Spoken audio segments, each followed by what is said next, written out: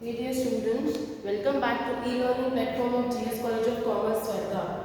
This lecture is for the BCom second semester for subject Business Economics. Today in this lecture, we are going to start with the theories of interest. And the first theory that we are going to learn over regarding interest is liquidity preference theory of interest. As far as this theory is concerned, it is given by Lord Jane Keynes. And this theory is also known as money theory of interest. Okay, why it is known as money theory of interest? Because in this theory the Keynes believes that interest is only a monetary phenomena. It is not impacted by other non-monetary factors. That is why this theory is also called money theory of interest. Now we are going to see what is the gist of liquidity theory of interest, how the interest rate is determined by using this theory. So let's begin. See, this theory is given by Lord Jane Keynes. It can be asked for the MCQ, so please keep it in mind. According to Keynes, the determination of rate of interest is a monetary phenomena and it can be found out by demand for and supply of money. So basically, Keynes states that the interest is a monetary phenomena and how it can be determined? It can be determined if we take into consideration the demand for the money and the supply of the money. So by using these two forces, that is demand for and supply of money, rate of interest can be determined. It is being stated by Keynes. Now again, what is actually the interest according to Keynes? According to Keynes, interest is the reward for parting with liquidity. Okay, interest is the reward for parting with liquidity. First of all, we need to understand what is the meaning of liquidity and what is the meaning of liquidity preference. To understand this theory, first of all, we need to understand the meaning of liquidity preference. Liquidity means the cash, okay, the most liquid asset, cash. And liquidity preference means the demand for the money, demand for the cash, readiness of people to keep the money, keep the cash with themselves is known as liquidity preference.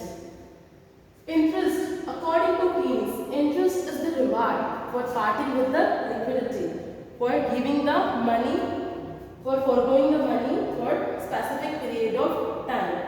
Like, I have 1,000 rupees, okay? I have 1,000 rupees. This is the liquidity which is with me, okay? I give this 1,000 rupees to Mr. B for 6 months. So what I am doing? I am forgiving my liquidity. I am just sacrificing my liquidity for some days, for specific period of time to Mr. B. So Mr. B will pay me this 1,000 rupees, and as I am giving them this 1,000 rupees, he is going to pay some extra amount as he has used this money, as I have given my liquidity to him for specific duration. So the extra money that he is going to give me after this 1,000 rupees, on this 1,000 rupees, would be known as interest according to Keynes. Okay, I hope you have understood the meaning of liquidity preference and the interest. I will give you another example to understand this concept of interest according to Keynes. Like, you have cash, okay, you have cash is the most liquid asset, okay, and if you are investing this cash in some securities like bond, shares, debentures, etc. So what you are doing? You are parting with your liquidity. You are foregoing your liquidity for a specific period of time. So you are going to get certain reward for parting with your liquidity, and that reward is going to be interest according to Keynes. So basically, according to Keynes, interest is reward for parting with liquidity. And in liquidity preference theory of interest, the interest is determined by the forces of demand for and supply of money. According to Keynes, liquidity preference theory of interest determines the rate of interest which needs to be prevailed in the market by the interaction of forces of demand for and supply of money. Now, we'll have to see according to Keynes, for which motives the money is demanded and how the supply of money comes into the market according to Keynes. So let's see for what purpose the demand for money is there according to Keynes liquidity theory, liquidity preference theory of interest. First one is transaction motive. So Keynes says that money is demanded by household as well as business houses or the firms for the transaction motive. There are many transactions which needs to be done in day-to-day life. By the households, like household has to purchase something, they have to buy something to meet up their daily requirements. In the same way, business also has to make so many transactions on daily basis for the smooth functioning. So all these things is being called as transaction over here. And the Keynes says the money is demanded for transaction motive. Liquidity is demanded for transaction motive. He says that the demand for money depends on the transaction motive, as well as this transaction motive gets impacted by the income level as well as the period after which the income would be generated again. If for example somebody is there who is a salary, he gets salary every month, so he'll have to keep that much money in hand so that he can fulfill his expenses for a month till then the next salary gets leave and received. Okay, somebody is an intern who receives his wages on a daily basis, so their demand for liquidity is going to be low. So this way the income level and the time period are certain factors which impacts the transaction motive. Okay, after that the second motive for which the money is demanded according to Keynes is precautionary motive. So as we all know, future is quite uncertain. Okay, anything may happen in future. We may contract some disease, we may meet up with some accident. Okay, somebody may lose their job, so anything can happen in future.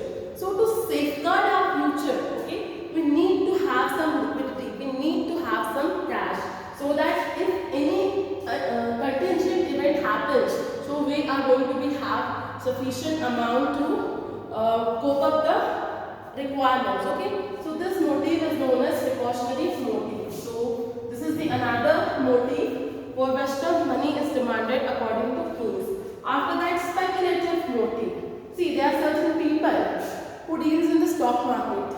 They buy the share, who deals in the securities. For them as well, money is very important. Okay, for them as well, money is very important. They generally buy the stock when the prices falls and sells the stock when the prices rise. If they believe that, if they predict that prices of the stock is going to rise in future, so they will buy it in the present time, and if they are expecting that the value of stock is going to come down in future, so they will wait and then they will buy the stocks when the value of the stocks will fall in the future. So for doing such transactions, they need money, they need liquidity. Okay, so when for such motives, for fulfilling such requirement, money is demanded, so it is known as speculative motive. So basically for these three motives, the demand for money is there according to Keynes. Okay, after that, next thing on which the interest rate depends is supply of money. Okay, so Keynes says that supply of money is there in the economy out of the money in circulation and bank deposit. So these are the two components which consist of supply of money in the market according to Keynes. What are those two components? Money in circulation and bank deposits. Okay, so these are the sources of supply of money according to Keynes. And Keynes says that it will not vary in the short run, it will remain constant in the short run, it will not vary according to rate of interest. Means Keynes says that supply of money has nothing to do with rate of interest. Okay, this is what the Keynes is trying to explain in his theory. He says that supply of money will remain constant in short run, it will not be impacted by the rate of interest in the economy. So this is how the demand for money and the supply of money is determined in the liquidity preference theory of interest, which is given by the Keynes. Okay, now we will have to see how the interest rate is determined in the liquidity preference theory of interest. So in the introduction part of theory, I have told you that according to Keynes, rate of interest is determined by the interaction of demand and supply forces. He says that when the demand for money will become equivalent to the supply of money in the market, at that point rate of interest will be determined and that rate of interest will prevail in the market. So we are going to understand this concept with the help of an example. See, this is a table. Hereby I have shown rate of interest, I have shown demand of money, and I have shown supply of money. You can see when the rate of interest is when the rate of interest is increasing, okay, when the rate of interest is increasing, so the demand for money is declining, okay. When the rate of interest is increasing, so the demand for money is declining, okay. Here in this table you can see that at 20% rate of interest, here in this table you can see that at 20% rate of interest 400 crores is being demanded, okay. And when the rate of interest is falling, demand for money is increasing from 400 to 800. When rate of interest is again falling, so demand for money is increasing further. When the rate of interest is again falling, so demand for money is increasing further. At the lowest rate of interest, that is 2%, the demand for money is the highest, that is 2000 crore, okay. So according to Keynes, when the demand for money and the supply of money will become equivalent to each other, at that point the rate of interest is going to be determined. So here you can see at 12% rate of interest, demand for money is also 1200 crore and supply of money is also 1200 crore. So according to Keynes, this 12% rate of interest will prevail in the market, okay. So now we are going to explain this with the help of a diagram. Here demand and supply of money is represented on x-axis, on y-axis the rate of interest has been given, okay. The rate of interest has been given. So rate of interest 4%, 8%, 12%, 16%, 20%, okay.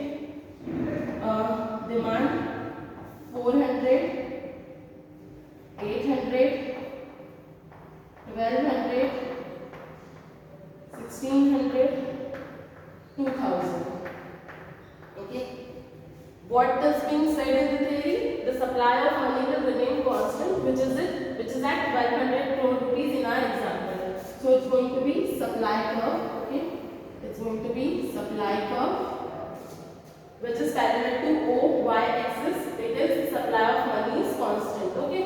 It is 1200 at all the rate of interest. Now we will have to think of demand for money. See, when the rate of interest is 4%, so the demand is 2000, okay. When the rate of interest is 4%, then the demand is 2000. When the rate of interest is increasing to 8%, it's being 1600. It's being 1600. When it is further increasing to 12%, its demand is further declining to 1200. Okay, 1200. Then when it is increasing to 16%, demand is declining to 800. Demand is declining to 800. Okay, and when it is becoming 20%, demand is declining to 400. Okay, so this is the demand curve for the money. Okay, this is the demand curve for the money, and at this point you can see that demand and supply of money is equal, because at this point demand and supply curves are intersecting each other. That is, this is the point of equilibrium whereby the demand for and supply of money is equal. So it is at the 12%, the interest rate will be determined according to liquidity preference theory of interest in the market. Okay. Now just assume if the demand for money increases further, okay, from 1200, if it becomes if the demand for money increases further, okay, in the economy. So now what will happen? So now the rate of interest will increase because the demand curve will shift upward to the original demand curve. Okay, demand curve will shift upward from the original demand curve, and rate of interest would increase from 12% to 15%. Okay, 12% to 16%. Why? Because if the demand for money increases in the economy, so what will happen? The demand curve will shift upward from the original demand curve, okay, and the rate of interest will become 12 will increase from 12% to 16%. So according to liquidity preference theory of interest, when the demand for money increases, so the rate of interest also increases, and when the demand for money comes down, so the rate of interest also comes down. Okay, so this is how the relationship between the demand for money and the rate of interest is there according to liquidity preference theory of interest. Okay, so here we have seen how the interest rate is determined in the liquidity preference theory of interest. Now we are going to see what are the criticisms for this theory. Okay, what are the criticisms for this theory? So first one is saving and liquidity goes together. See what Keynes says. Keynes says that interest is the reward for parting with the liquidity and not for saving. Okay, but actually if there is going to be no saving, so person would be having no liquidity. It means saving and liquidity always go together. Without saving you cannot have liquidity. That is where you cannot say that the interest is the reward for parting with the liquidity and not saving. But in the theory, the Keynes has stated the same thing. That is why this is one of the criticism of theory. After that, inconsistent theory. See, what this theory says. This theory says that when the demand for money, demand for liquidity is highest, then the rate of interest is also highest. So according to this logic, in the period of depression, the liquidity preference of the people reaches its highest because people don't want to part with the liquidity because they are having fear that market is not in a good situation. If they are going to invest somewhere, if they are going to part with their liquidity, so they may suffer losses. They are having that fear in their mind, and that is why at the time of depression, the demand for liquidity is quite higher. Still, the rate of interest are lower at the time of depression, right? So at the time of depression, rate of interest should be higher if the Keynes theory is accepted, right? So that is why this is the inconsistent theory. And at the time of peak or boom situation, when the rate of interest are higher, so the liquidity preference is also higher, or liquidity preference is lower. At the time of boom or the peak, the people wants to invest their money in the market because they know they are going to get good returns from there. Okay.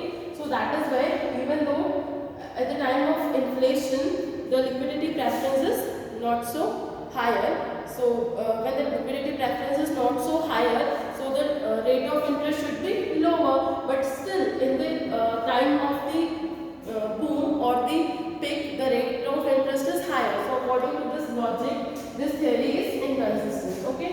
After that, other motives. This theory says that the cash is demanded only for three motives, that is transaction motive, precautionary motive and speculative motive. But in actuality there are different motives like depressionary motive. If depression is there, so people will hold the money with themselves, they are not going to part with the liquidity, right? So there is also the demand for money.